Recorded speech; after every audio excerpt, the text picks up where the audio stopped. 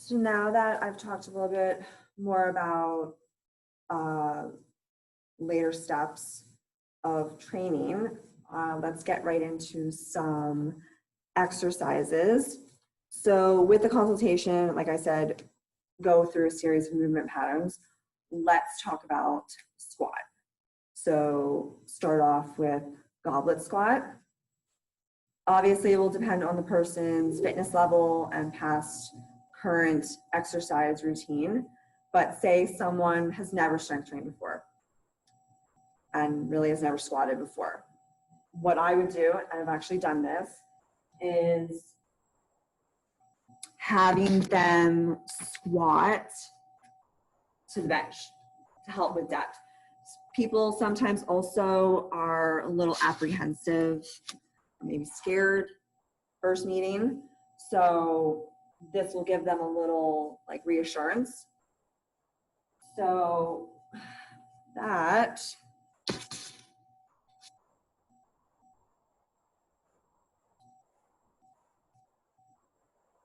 stand feet shoulder width or slightly wider, and hold dumbbell up to your chest, and then squat down. Don't rest on the bench, and then come back up. So I would have them do that and see how they handle that.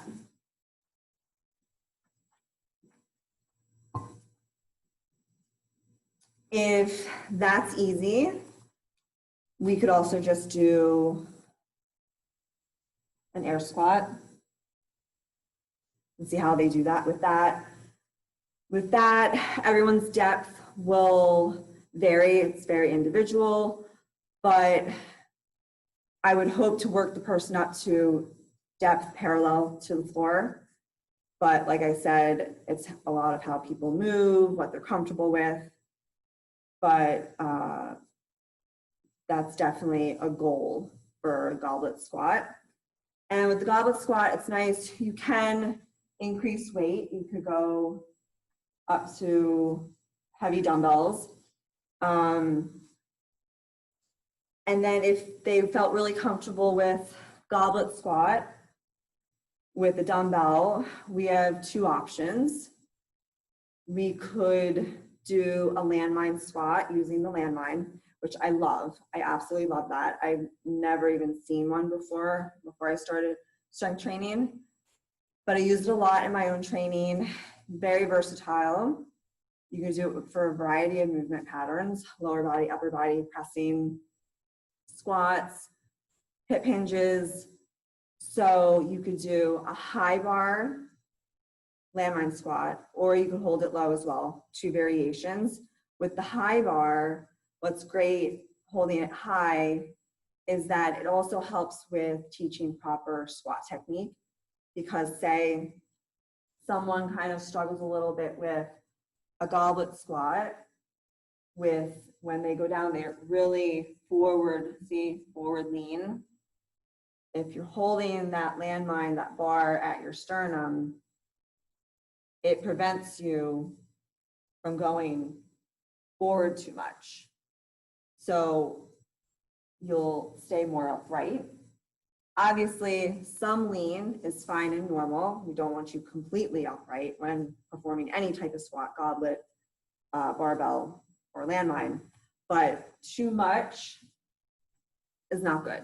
So that will help with teaching really good technique. So I love that. So let's see what that would look like. So there's the landmine. You can also put it in the corner of a wall, but what's great is that Performance Athletics has these landmine attachments. So with this, what I would suggest is holding it not staggered, but interlocking your fingers and putting your thumbs together so that they're up against cushion, like for your sternum, so the bar's not digging into your sternum. And we'll pick it up with deadlift position to get it up, And then that will also put your feet in a good position so you're not too far from the bar. And then squat, slow as you can, and up.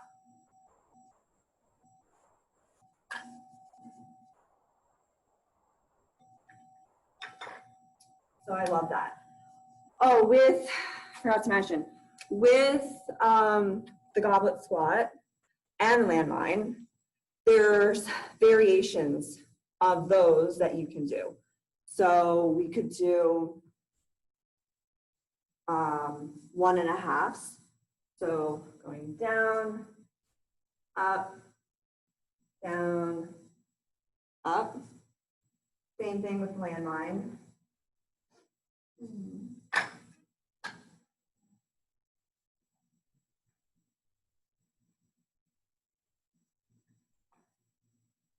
Down, up, down, up.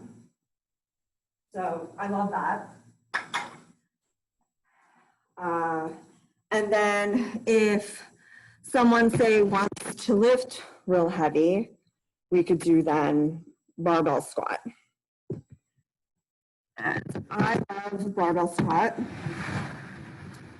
I do a back barbell squat, but that's also personal preference.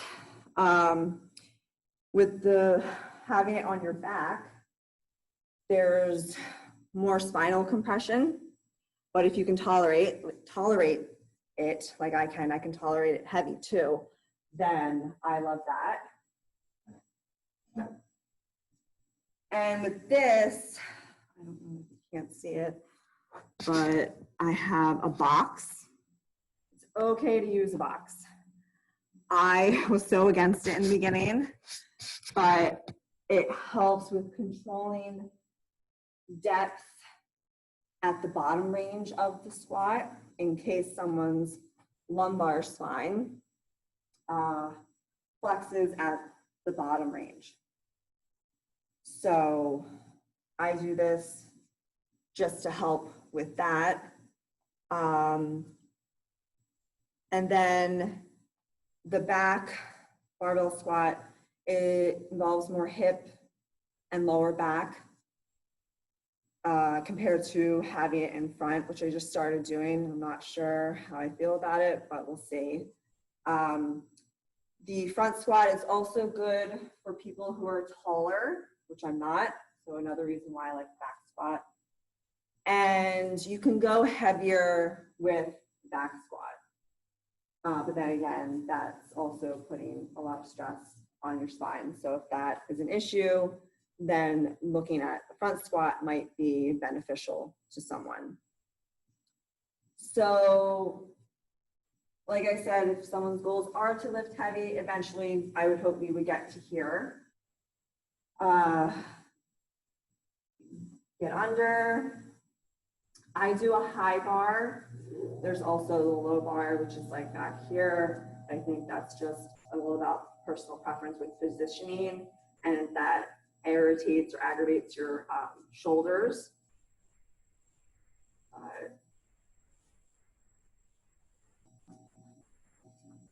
Come up to your box or whatever you're using to control depth. And then control descent, eccentric, and then come up. Not resting on the box, just touching, and then up.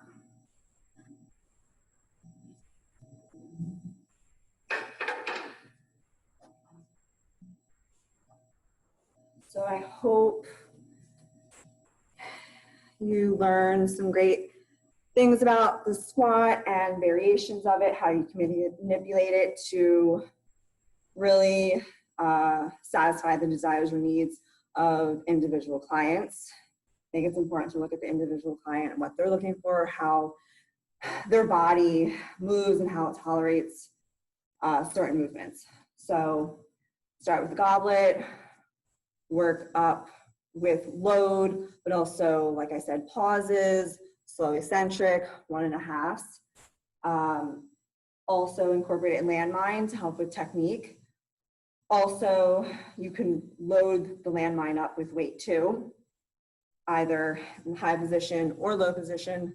More load, obviously low, because you're not keeping it up. And then finally, to the barbell squat, either on your back or front, but for this video, we did back because I really like that and I have those in mind. So, tune in again.